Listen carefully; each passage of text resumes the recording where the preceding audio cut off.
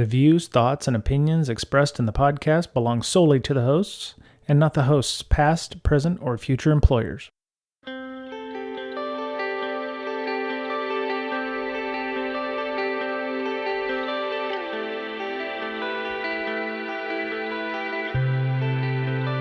Hello, everybody. This is Bryan for Breaking Down Security. Just before we start the show, I want to bring up that this was recorded on Sunday night, the 13th of December 2020. I'm recording this 3 days later because I did not feel like we could post that podcast on that Sunday night, because as we were recording, the story was just breaking about Solarwinds. We had known about FireEye a few days before. They got hacked.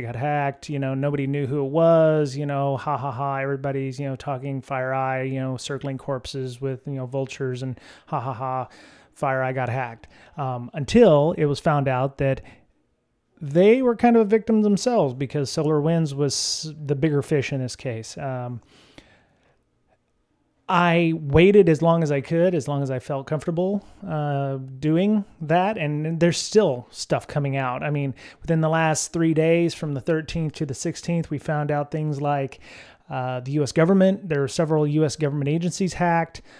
Monday morning, there was a policy put out late Sunday night that by Monday morning, all of the Orion IT monitoring and all of the SolarWinds software had to be removed off of DoD and DHS computers, and they had to report compliance to that, and also had to prove that they, were ready to go so they could be hooked back up to the global network.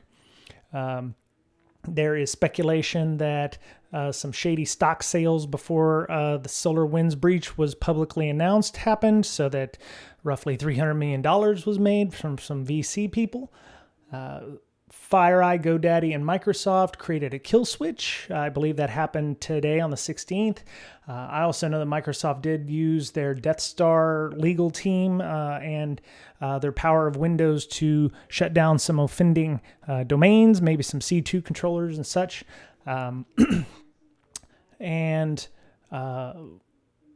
then I found Cryptia's WordPress blog. If you go to Cryptia, KRYPT3IA.wordpress.com, his company uses SolarWinds, the SolarWinds suite. So he found out about it and then spent pretty much overnight working incident response. And he's got a ton of excellent links on his blog post from the 16th of December.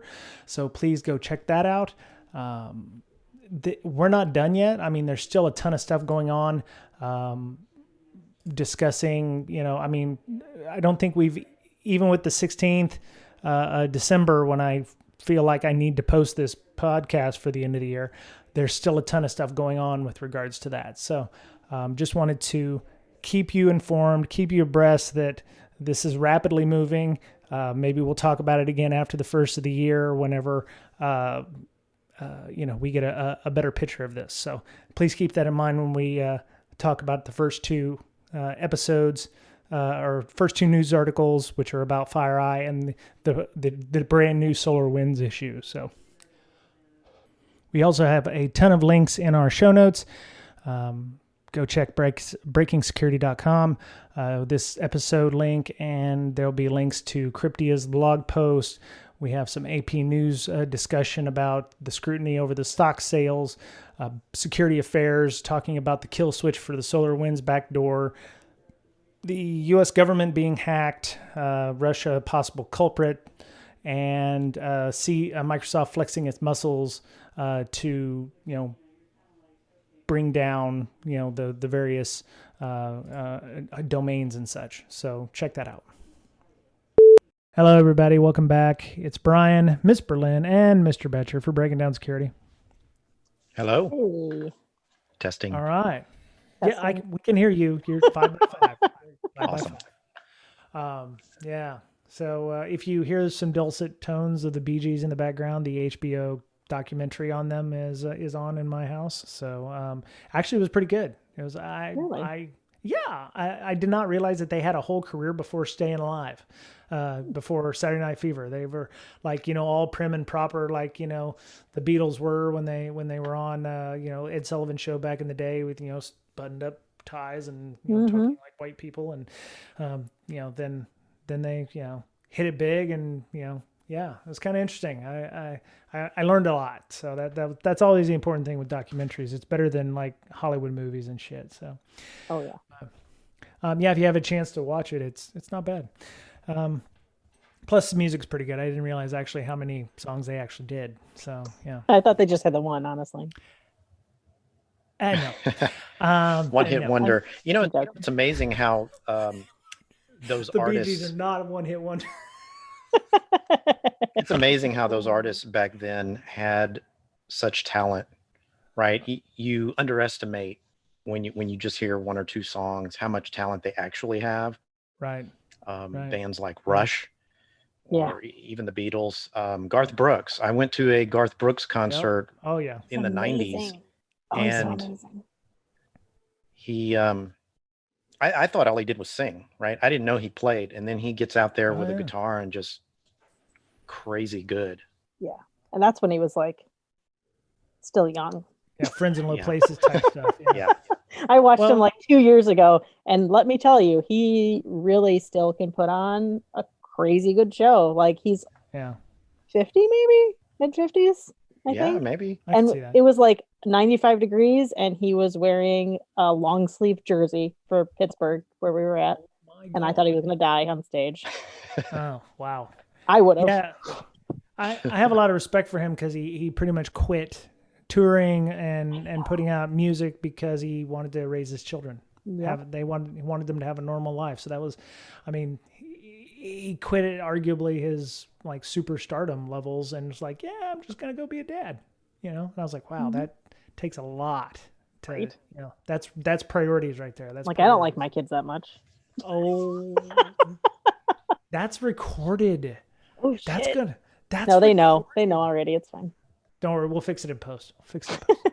Anyway, so we have not been together, I don't know, about a month because we tend to, front load our recordings and interviews and such. So the last one I think we were with was Bite Bleeder, I think, joined us there. So thanks for having Bite Bleeder on. We appreciate him coming on and talking about stuff. Already got a few shows lined up for the new year. We're going to be taking a break here after this one, so you'll have about 3 weeks. You can start catching up on some of the back shows that you haven't heard. So we've got interviews lined up. We may. I'm trying to work on my Stig project. I don't know what's going to come of it, but I'm going to put out some more feelers for some Stig-like segments for people who might want to come and do, pen tester technical sessions for us and explain, technical items or, the latest, hacks or anything like that. So if you are wanting to do so, you can be our Stig and talk about those things in a controlled environment. And we won't talk about who you are. If you want to keep your anonymity, that'll work that way. So just a thought. So, Miss Berlin has some jobs opening at Blue Mira. Tell us a little bit about those and how you could get into security. So I finally get my own team. What? Which makes me super happy. So I'm right. getting, I'm already senior level, whatever, but I'm getting bumped up to team lead. And getting to hire one person now and up to 5 next year. Congratulations. Which wow. makes me super nervous. Well, does that mean as a team lead, you're no longer going to be technical, or are you going to be people? No, I'm still going to be like super hands-on with everything. Cause like I'm not director or management or anything. Okay. So it's a incident detection engineer position. Okay. You basically look through logs, make detections, and write incident response type guidance for what you would do in that situation. Okay. So the pressure's on. I mean, now you're somewhat responsible for their career advancement. Congratulations. Which if they scares the suck, shit out of me. in 5 years, it's your fault. I know. That's why I need to bring somebody on that's already smarter than me. That way I don't have to worry about it. I don't know anybody that's smarter than you, Miss Berlin. You know that. Thanks. Thank you. Um, Yeah. So I went through all of my LinkedIn contacts and tried to find, we really need somebody that has done admin stuff for cloud before, because I never have. I've only done it in the lab. So we kind of wanted somebody that's dealt with those kind of logs first, if we could. Okay. Yeah. I was looking online today, and they have Windows Super Tools and all that stuff, and I found out that so we had talked about Packet Monitor, I think in passing. I don't think we actually did a whole show or anything on it, but Packet Monitor is now Windows 10's internal basic packet capture system. They have a system called PKTMON, and it would output logs in like whatever the Windows format was, ETL or ETW or something like that. And people said, yeah, that software or that output sucks. We need PCAP-NG. So some of the newer versions of Packet Monitor come out in PCAP-NG, and you can convert from the Windows native format that they put out to the PCAP model, which gives you more stuff. And it does full packet capture. So if you do a -P0, it'll give you full packet capture. So just something to think about for y'all there, is if you don't have enough logs to capture, now you can never have enough logs. Well, we have a show coming up, hopefully, for that as well. I think so. I think we're going to keep. Must be willing to also get a tattoo with me that says "Live, Laugh, Log." Oh shit! Nah, I can't do that. I don't do needles. I mean, I'm seeing the stuff on the news about having not to get 1 but 2 shots for the COVID vaccine, and I'm like, the needles are showing, and for theater of the mind, it looks like about a foot long and stuff, and I'm like, nope, can't. Nope. I don't do needles. Nope. Sign me up for dead last. Right. I was like, maybe you could give me a rather large suppository or something that I could just, deal with it that way or something. But don't give me that look, Ms. Berlin. Seriously, that would be far less painful for me than the freaking needle. So you do you, man. Oh God, now I got that shiver up my back and stuff. I can't even watch movies where people are getting injected with things like needles. Really? No, I did not know that. It started at boot camp. It was like, next time we're together, I'm just going to chase you with a syringe. I hate you so much right now. I hate you so much. But I was at boot camp. I was under a lot of freaking stress. You go in for your inoculations, and it's not a normal shot. They call them the shotgun. And your son will know about these because he went through Marine boot camp, but it's a big ass fucking needle, and it goes ka-chunk, ka-chunk, ka-chunk. And I got 6 of them, 3 on one arm and 3 on the other arm. And they were like, don't tense up. And I'm like, what? And I ended up bleeding like stuck pig, just right down my arms, and it hurt like hell. And ever since then, it's just like, yeah, I'm kind of not in on needles. So yeah, have to do the whole pinching my nose and telling people I'm a wuss, and no tats. So look, I can give somebody a shot, no problem. But getting one, I think the last one I had was tetanus, maybe 5 years ago. Oh, yeah, no. Well, I was going to say something about loving needles, but that just sounds bad. Right. Yeah. You're not going to be traveling to any foreign countries that require, yellow fever or malaria or anything, huh, Mr. Betcher? If I can swallow a pill, sure. Oh, yeah. No. But can't. No. Yeah, I last one I got, I think, was my rabies and my distemper, so I think I'm good. So, yeah.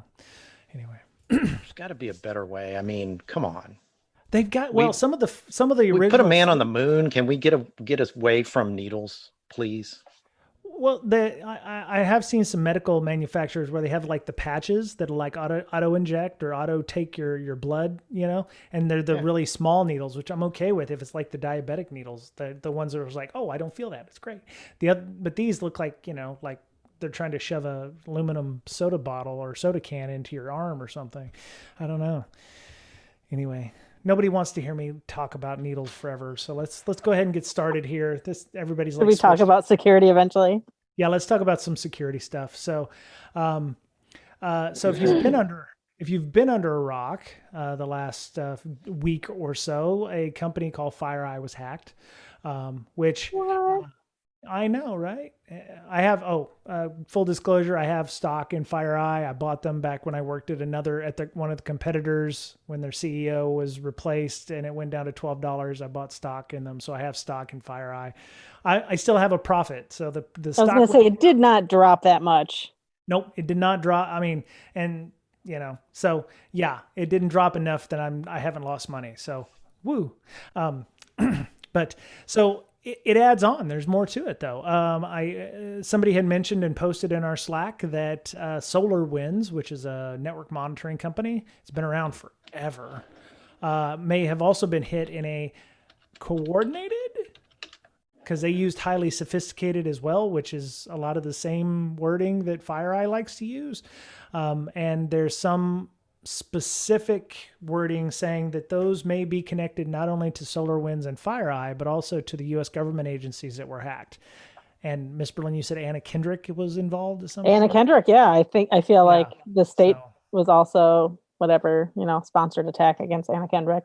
Wow. Because she's my personal hero. So why not? I think they just awesome, learned that and they're like, we have to hack her Twitter account. Yeah. So according to SolarWinds, as of Reuters, and you can see the link in our show notes, it said that monitoring products released in March and June of 2020 may have been surreptitiously tampered with in a, quote, highly sophisticated, targeted, and manual supply attack chain by a nation state. And I'm like, who else says highly sophisticated? At first I thought FireEye got hacked through SolarWinds. Yeah. Well, that's kind of what they're saying here. And in the second paragraph, they said the breach, which two people familiar with the investigation said was connected to a previously announced intrusion at cybersecurity firm FireEye, is believed to be the work by, roll the dice, roll, Russians. Okay. So if you had Russians on your attribution card. I wasn't sure if they meant connected as in they were able to exploit them both in the same way. Oh. They just happened to find two major companies that were impacted by that. But then I also thought, all right, maybe FireEye uses SolarWinds internally. Yeah. And it was like a supply chain thing. Yeah. Right. And when I first read this and the way they had it written in Reuters, it said SolarWinds did not directly comment on breaches, but says it's acting in close coordination with FireEye, the FBI, and the intelligence community and other law enforcement agencies to investigate these matters. I thought perhaps SolarWinds reached out to FireEye because FireEye does do incident response kind of stuff for people, and then they issue letters saying that they're highly sophisticated attacks so that they can get out of paying their legal problems. So, or it could be the other way around, and SolarWinds was using FireEye, and then FireEye got hacked. Oh no! Yeah, this is going to have to come out in the wash sooner or later, isn't it? I don't know. Probably. Well, what not. They do say that, I've read a couple articles on this, and I still don't understand who got hacked and by what means. I'm assuming they both did, but they did take some offensive tools from FireEye. Right. Yes, FireEye has lost some tooling. Yeah. But then, from what I saw and heard other people, because I didn't look at them. I mean, I have other things to do. They weren't even that sophisticated of tools that were taken. So I'm assuming they're not all their entire tool set. Yeah. So 25 minutes ago, the Associated Press put out something. Eric Tucker, Tom Krishner, and Frank Bajak said, the apparent conduit for the Treasury and Commerce Department hacks and FireEye compromise is a hugely popular piece of server software called SolarWinds, used by hundreds of thousands of organizations globally, including Fortune 500 companies and multiple U.S. federal agencies, who will now be scrambling to patch up their networks, said Dmitry Alpertovich, the former chief technical officer of the cybersecurity firm CrowdStrike. Oh, right. Yeah. So there we go. Yeah, so there's a problem there. There's some supply chain issues, similar to what we've been talking about earlier this year. So, okay, so that kind of fits along with the discussion about SolarWinds saying that they had a highly sophisticated attack, and their software was tampered with in March and June. So does that mean, it sounds like what happened was vulnerabilities or backdoors may have been added? That's what surreptitiously tampered with means to me. you know. So if you have Solarwinds, maybe you need to think about what that means.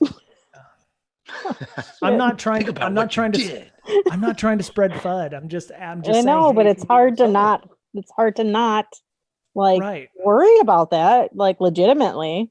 Right. I mean, this stuff's not easy to update. I mean, I remember working at a couple of organizations as a consultant, and they had SolarWinds, and I was like, well, you're like 3 versions out of date. And they're like, yeah, we know it's hard to update that stuff, because it was hard to deploy it. And of course, that was several years ago. They probably have better ways of doing it now. But yeah, manual supply chain attack by a nation state. Yo. Yeah, I know a lot of government firms use SolarWinds. So stand by. So this begs me a question. We were talking about ByteBleeder and his open source initiatives to get people to help support his ideas for helping people who create tooling, because he has a piece of software and he's used it for years, CrackMapExec. And, he thought, oh, well, I'll open source it and everybody will be fine. People give pull requests and we'll get features and whatever. He's had one, I think he said. If a company used an open source tool, would it be easier? And I asked this question before the show, so it's not going to be a surprise to our esteemed panel here, but would it be easier if you found out a company was using an open source tool to introduce vulnerabilities into that supply chain that you knew could be then used later on, like a poisoned apple or something like that, like a backdoor into that system? Would we rather it be open source? Well, it would be a spray and a pray kind of thing, right? So let's say CrackMapExec is used by, I don't know, a company, and Russia wants to get into that company, and they know they use CrackMapExec, so I'm going to send a pull request and fix something for ByteBleeder, and it's okay. I'm going to fix this and then add a backdoor, because I know that company will eventually use that tool. Right. So is that it matters? You don't? How come? Mm-mm. I don't know. It's the same. You have to worry about the same stuff in the end, right? That's fair. Like, I guess with something that you pay for, at least you have a contract that you can blame somebody. That's true. But technically speaking, you're still worried about the same stuff. Right. So you're saying you'd have to audit the code no matter what, as long as you use it. You're responsible for making sure it doesn't have backdoors. Yeah, but that goes back to the whole supply chain thing, where there's libraries upon libraries upon libraries that you can't audit. Right. Like a lot of Linux binaries are built with something like getText, which is part of the original Linux build out or whatever. So getText is pretty much a dependency in everything under the sun. If you could introduce a vulnerability into getText or wget or something like that, is the same scrutiny for those kinds of libraries also being done for the mainline stuff? So, LibreOffice or, CrackMapExec uses, some piddly little thing. I think we talked about NanoBlocker, AdBlock Nano or whatever. Guy's got a ton of shit he's doing. He's got like lists upon lists upon lists of features. You've got somebody who comes in, hey, I want to help you out with that. Let me put a feature in and I'll do a pull request. Oh yeah, I'll fix that. And now I've just added a backdoor into 300,000 browsers, or something. I'm not saying that that's actually could happen, but I mean, the minute he turned it over to that organization after he sold it, they added, ad tracking and, other stuff. So, I mean, that would be akin to a lot of the same stuff. Right. Yeah. And God knows how many people are still using it and didn't realize that it's no longer in control of the original author. And I don't know what they're doing with it now. So they could, add, break out sandboxes or what have you. It just sucks that the supply chain is so damned complicated and there's no good way of solving this issue. I mean, you have companies like Sync and those that do audits of plugins and such, but they can only do so much. But And I think it's going to get worse because programs are going to start breaking down into component or containerized. There's something new called system-oriented programming that's coming out. I mean, it's getting more and more complex and broken apart, right? So you have one program being a hodgepodge of 20, 30, 100 programs. And what are you going to do? Audit all 30 of them? yeah, there it is right there. System-oriented programming. I'm going to have to go read that. Okay. Yeah, I mean, I think it goes to complexity, right? You know, why build it yourself when you can add yet another plugin? Mm-hmm. You know, or hey, it's fine. It's in NPM's catalog. It must be okay. And as we've heard from the previous maintainer of that, it was 5 people with 1 million different plugins, and you can't look at all of them. You just have to kind of, cherry pick and look at the top, 10 or 15 and hope the other 85% that you didn't check are fine. System-oriented programming. Okay. Cool. Excellent. All right. So yeah, anyway, if you're using SolarWinds, there you go. Happy Christmas, happy Hanukkah, happy Festivus for the rest of us. But yeah, I mean, it would definitely, I would definitely be thinking about how SolarWinds is being used in your environment and ways that you could fix it, minimize its impact or access to things. Considering it monitors everything on your network, it's probably not possible, but I guess just ignore it and hope they come out with a patch. Can you trust that patch? I mean, they found the one thing, if they've been in there for a long time and it was low and slow, they could have it in dozens of places. Yep. And I have a feeling that this is, there's a lot of folks inside of SolarWinds going, look, we've been talking about stuff like this happening for years, and we've been wanting to do X, Y, and Z to make these necessary changes, and we didn't do it. And now we are, because bet you they get a good security budget next year. Yeah. Oh yeah, definitely. Yeah. Don't waste a crisis. Don't waste a crisis. Speaking of bills, let's talk about that one where the trial experiment ended with a $72,000 bill. I love the story. Have you ever had something similar happen? Hell no, I'm not that smart. I don't know how to do half the stuff this guy's talking about on this article. So, okay. His name is Sudeep Chauhan. He suffered a bad case of bill shock. He created a test with a $7 billing budget and a free database on Google Cloud Platform. And overnight, he went to bed thinking, oh, everything's just going to be fine. And I'll get up in the morning and woo, everything's great. Woke up, $72,000 invoice. And yeah. Like, at least my screw up was only like $900. Yeah. I mean, also, like, I guess it wouldn't have been it would have been an invoice, not necessarily like a credit card charge, at least. It's like that's one hell of a limit. Yeah, you would think, well, unless he put it on his American Express or something like that, then ouch. Ouch.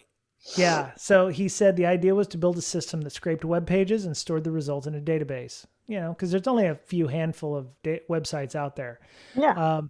His team picked Google Cloud Run, a GCP service that runs containers for the job. They then found their code in each instance would time out and stop as it scraped one page after the other. So they set up mini instance system that processed pages in parallel to get each page fetched and stored within the time limit.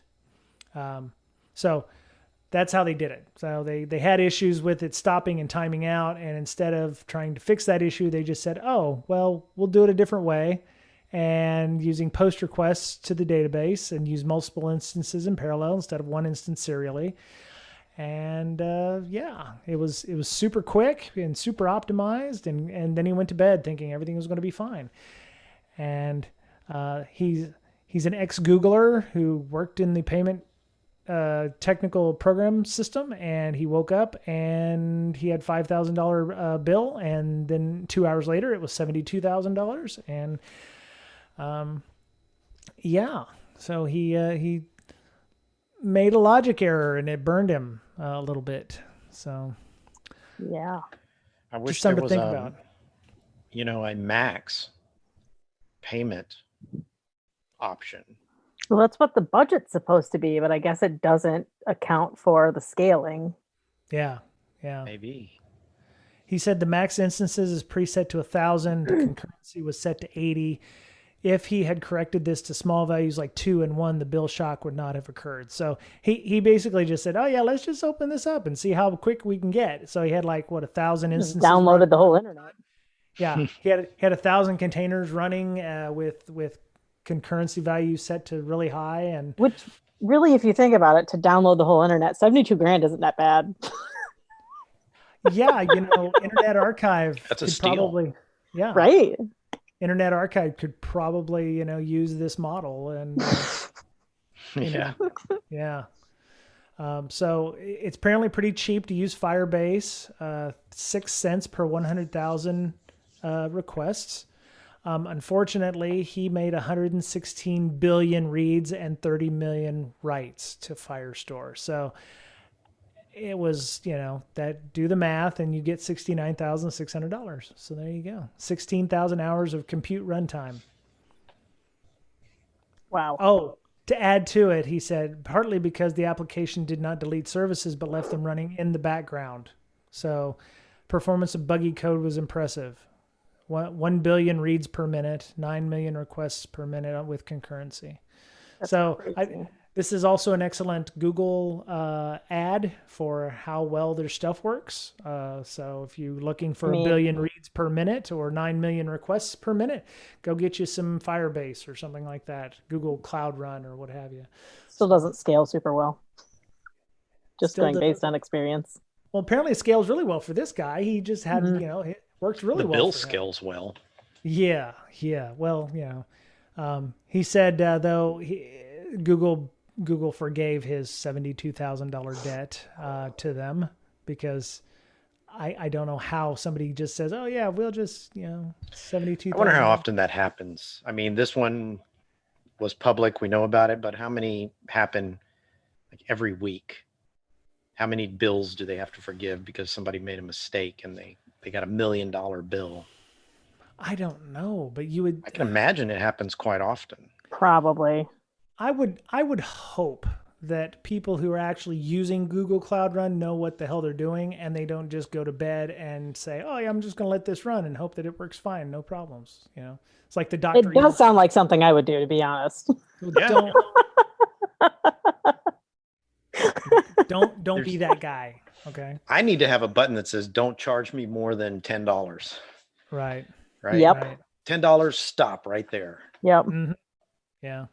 And if it does that in like a microsecond, like you're like, oh, well, all right, something's wrong. Like, damn. Yeah. I'm glad I didn't let this run for 1 second.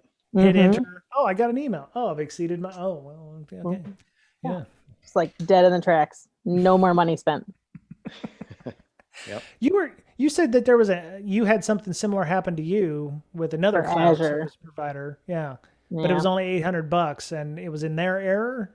Was that because? Yeah, I had canceled the service and taken my credit card out, and it was still charging me. Somehow the credit card was still in there, even though I took it out. Called their support. They're like, "Oh yeah, we got it all canceled. Here's your 2 months of payments back. Don't worry about it. Like, you're done now." Like 9 months later, I looked again, and I had been charged like $90 every month. Bastards. And then it took a very long time. And if anybody else has ever dealt with Azure support, it is a nightmare. Like, They never make mistakes in your favor, no, right? It's always in their favor.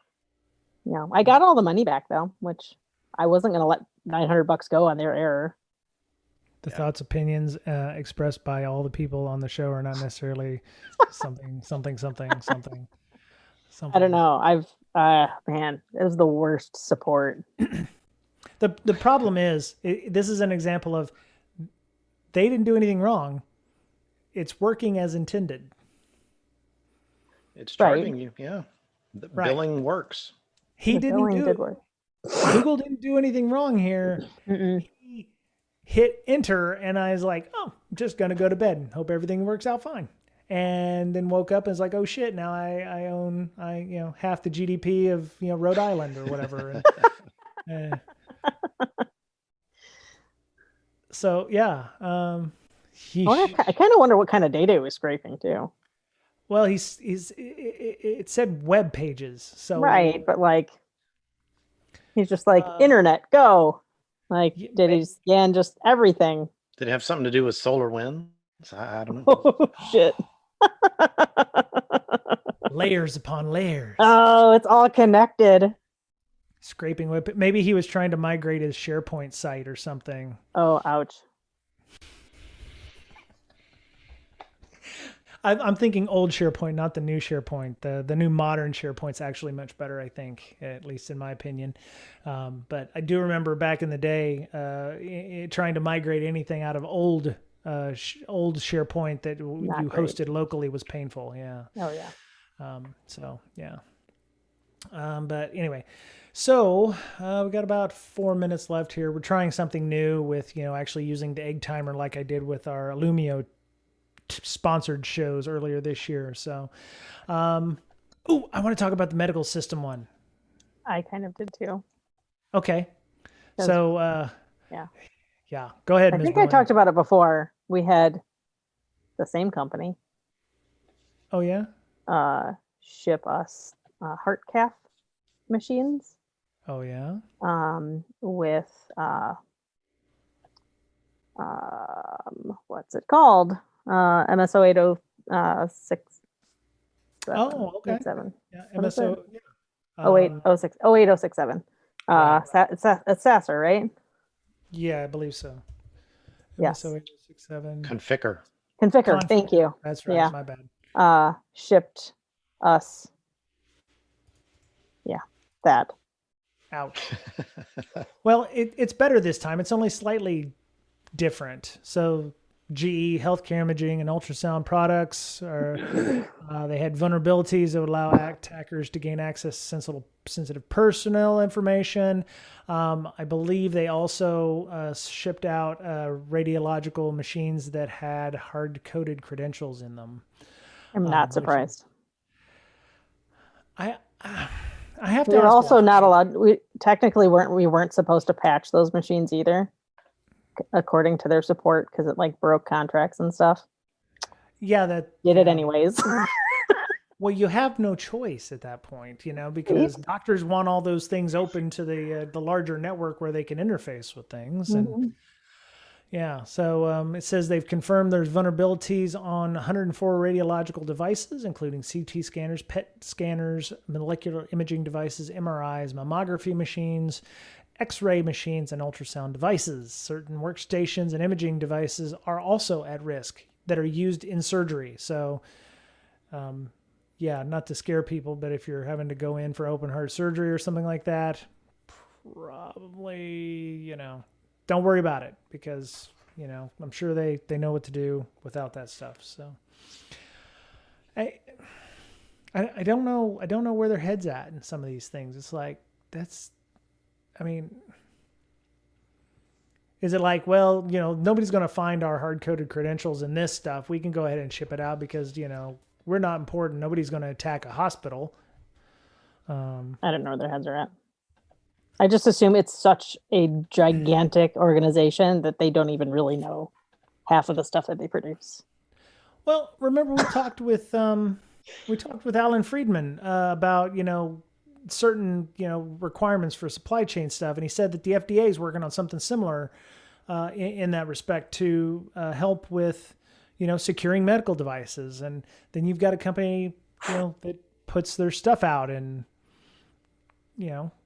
with hard-coded credentials. It's just not good. And I think they run, I think I saw the Twitter for that. Somebody said it was running XP or some kind of, secured version of XP out there. So, well, that's it, our kids. All right. Wait, I just wanted, we don't have to talk about it, but I did want to mention, I put an article in the show notes about how there's a giant wall of lava lamps that helps encrypt the internet. I have seen and heard of that before. It creates the entropy for that. That's pretty cool. So yeah, look cool. So I put that in there. Yeah, that's pretty awesome. I have heard of that before. I think I saw a documentary on it on PBS What? or whatever. So yeah, That's yeah, cool. they've been talking about it quite a bit. So that's cool. All right, I think we should go. We wanted to talk about Qbot, but I think we could probably talk about some other malware at any other time. Mr. Betcher, did you have any parting thoughts or anything before we go about the year? I'll finish up with Ms. Berlin and myself. Any future predictions, and then we'll cut it out. No, but I'd like to congratulate Adobe Flash. It's been 25 years and they're still going. Yeah. Well, that was also one of our stories was they've released their final Flash update and they've warned other people to, including browsers, to flip the kill switch so that you can no longer use it. Which, it's great, but then, you hear from folks like April Murdoch and educational security teams that are still using Java and Flash for, learning management systems and, they have no choice but to continue supporting that or, using older browsers or something. So that's kind of rough. But yeah, it's pretty bad when you're using Flash for your security training, security awareness training for your company. Right. Yeah. There's some irony in it. Yes. All right. So other podcasts do predictions. What's your prediction, Mr. Betcher, for the next year? I think security for general companies will be worse, as it always is, but I think our lives will be a little bit better.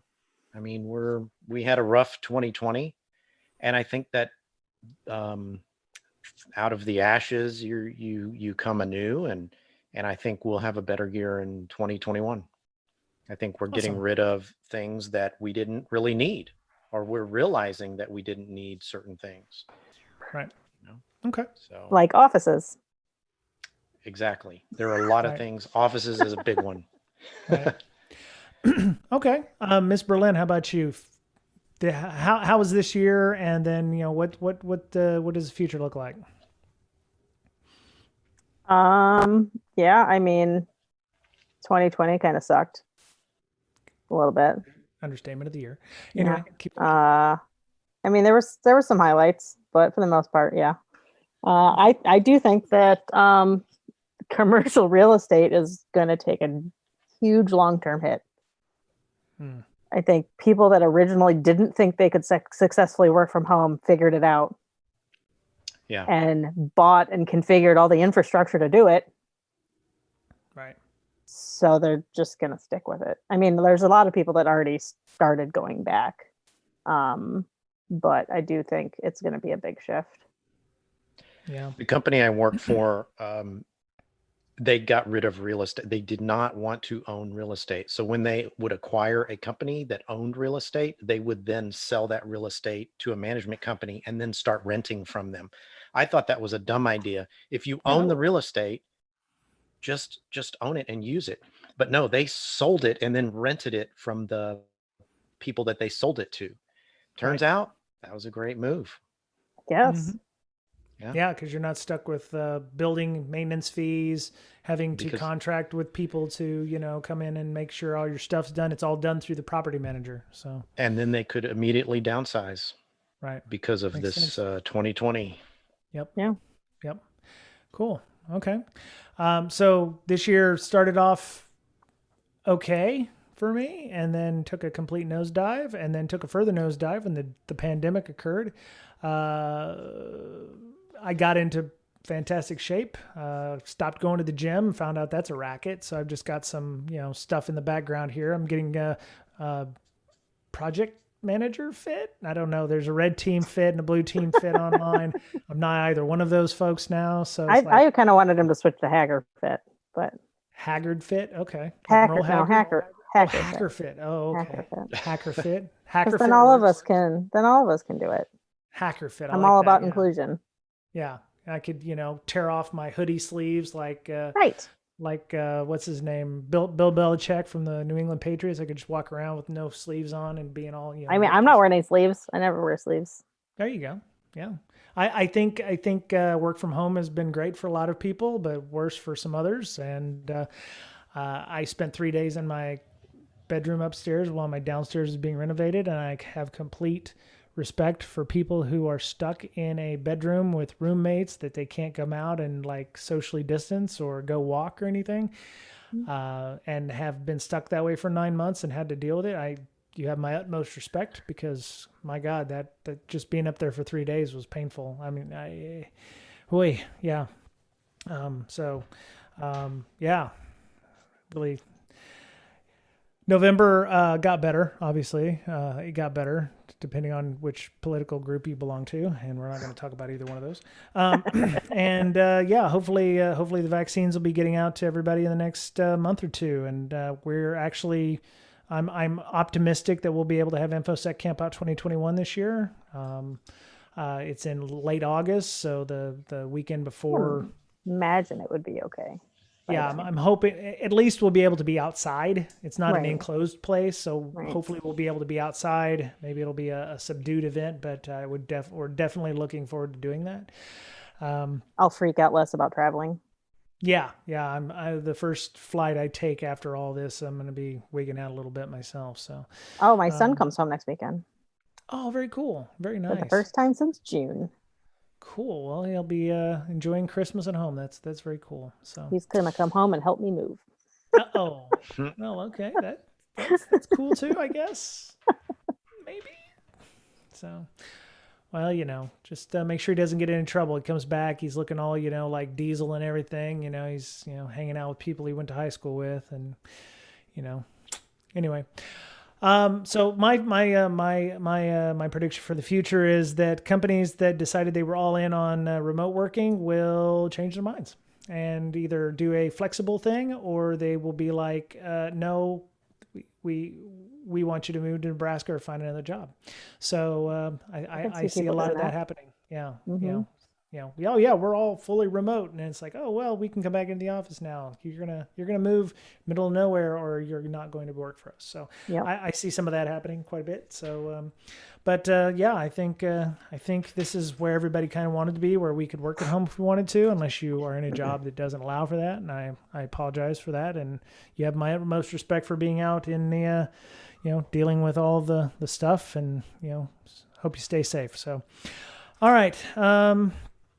Follow us on Twitter, Brakesec, Brakesec. Miss Berlin, Twitter. Infosister, INFOSYSTIR. Okay. Mr. Betcher, Twitter. At Betcherpwned, BOETTCHERPWNED. Awesome. We have a TPub store. I just sent a gentleman who had told me that there were some problems with our podcast, some swag. So they have masks on there. They have coffee cups. They have t-shirts. I sent him a t-shirt, a mask, and some stickers. So you can go get some stuff off of there. I did appreciate him letting me know that I had some issues. Audacity is just screwing with me on the editing bit. So I've got to figure out why it's doing that. Maybe it's a good time to learn Reaper or something like that to work on audio. But you can go get some stuff. If you need masks, they're really nice masks. So they're like double layered and cloth and really, really good. So go check that out. Brakesec.com/store. We're on a Slack, a lot of people on our Slack, a lot of stuff going on there. We're about to start our book club again at the end of January, I believe. Hit us up on Brakesec with a DM, or email us at bds.podcast@gmail.com if you want to get involved with the Slack. We have a social contract. We're moderated. You can meet people like Miss Berlin and myself on there all the time and learn some things. We have a job board, career advice. So if you need a resume review, we're also available on there for that. And come check us out. Thank you to all of our patrons for their support for the show. Zoom and domain hosting and Libsyn costs money and time and effort. Building a community takes a lot of time. It's a cost that we enjoy, but we appreciate everybody who helps out with the tip jar, helps keep the podcast free, and we thank them for their support. So thanks to my moderators on Slack as well. Scott Pack, Paige, JB, They Miss do an Berlin. awesome job.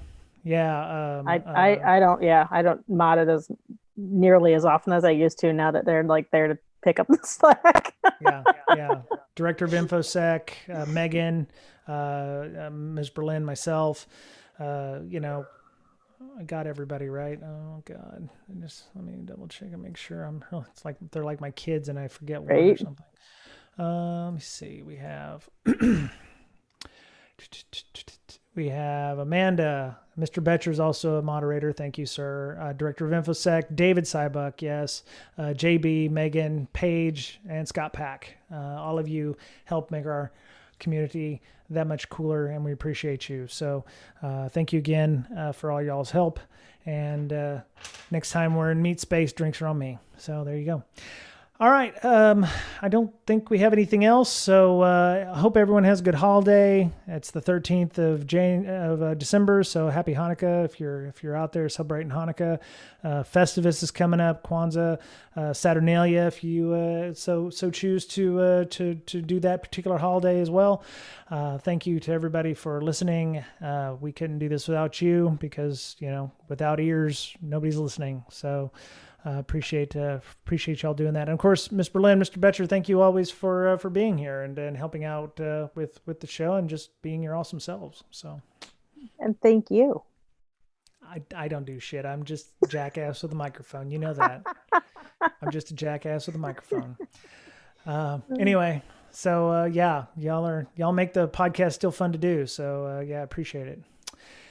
And all right, so that's it for Breaking Down Security for this year, 2020. We'll start the 2021 season in January. Look for the first episode to be around the 9th of January. So we're looking forward for that to happen. So, have a great week. Have a great rest of your year. Be kind to one another. Keep your masks on for at least another 6-7 months because it's not just you're protecting, but it's other people as well. Take care of yourselves because you're the only you have, and we'll talk to you again soon. Bye. Bye.